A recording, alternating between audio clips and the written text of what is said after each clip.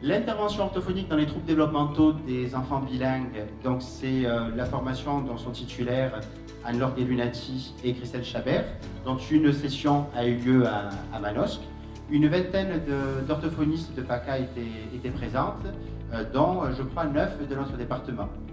J'aimerais développer au maximum cette formation que j'ai créée, ce module de formation que j'ai créé en faveur des orthophonistes pour la prise en charge des troubles développementaux survenant chez des enfants bilingues.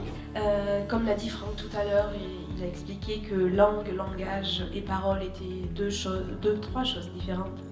Donc on a fait un propos quand même pour préciser. Le langage, c'est une capacité spécifique aux humains qui vont pouvoir communiquer par des mots.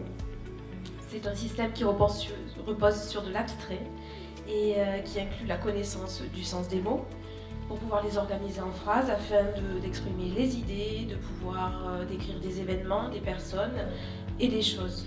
Il va être impossible aux orthophonistes de posséder les tests d'évaluation dans toutes les langues. Et même si ces tests et ces batteries existaient et étaient disponibles, si les orthophonistes étaient par magie capables de les utiliser en étant parfaitement polyglottes, les tests ils correspondraient toujours à des normes pour des enfants qui sont monolingues. Et donc du coup, ces tests ils seraient très très rapidement limités dans leur interprétation et dans leur utilisation. Et on va toujours rechercher l'alliance thérapeutique dont parlait Franck, parce que c'est un travail qui ne va pas se faire en individuel dans notre petit coin.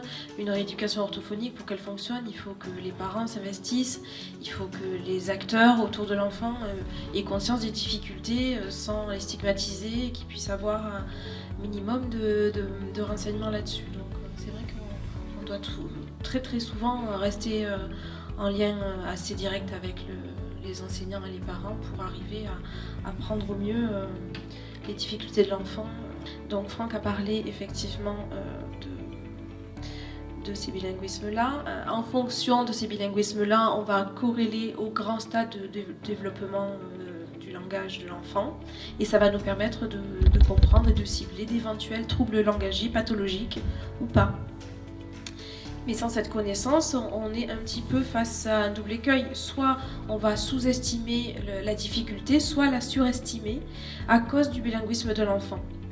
Donc on doit vraiment être informé, formé et très vigilant lors de ce bilan.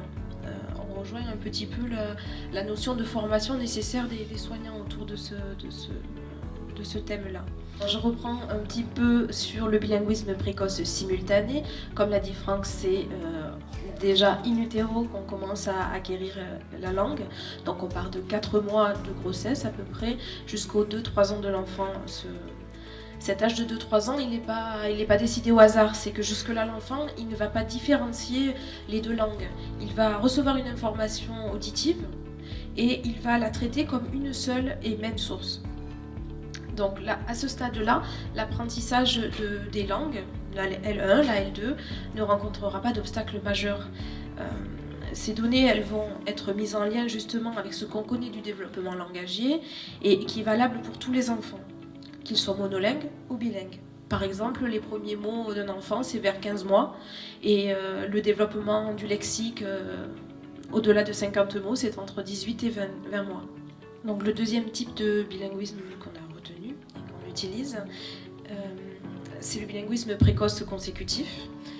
Au-delà de 2-3 ans et jusqu'à 6-7 ans, on va parler de ce bilinguisme-là qui consiste à ce que l'enfant va naître dans un environnement linguistique différent de celui dans lequel il est plongé à l'école. L'enfant il va être confronté à une nouvelle langue et il va devoir s'adapter à celle-ci. Et cette adaptation va se faire par en gros 4 phases.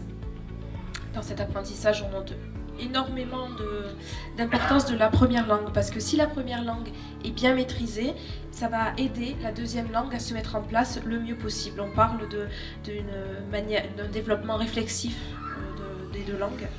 Et pour que l'enfant il puisse investir cette nouvelle langue, il va falloir qu'il y trouve de l'intérêt. qui trouve un sens, c'est justement ça, de ne pas l'obliger à parler, à le contraindre, mais plutôt lui donner une image suffisamment positive de cette langue pour lui donner envie de l'investir.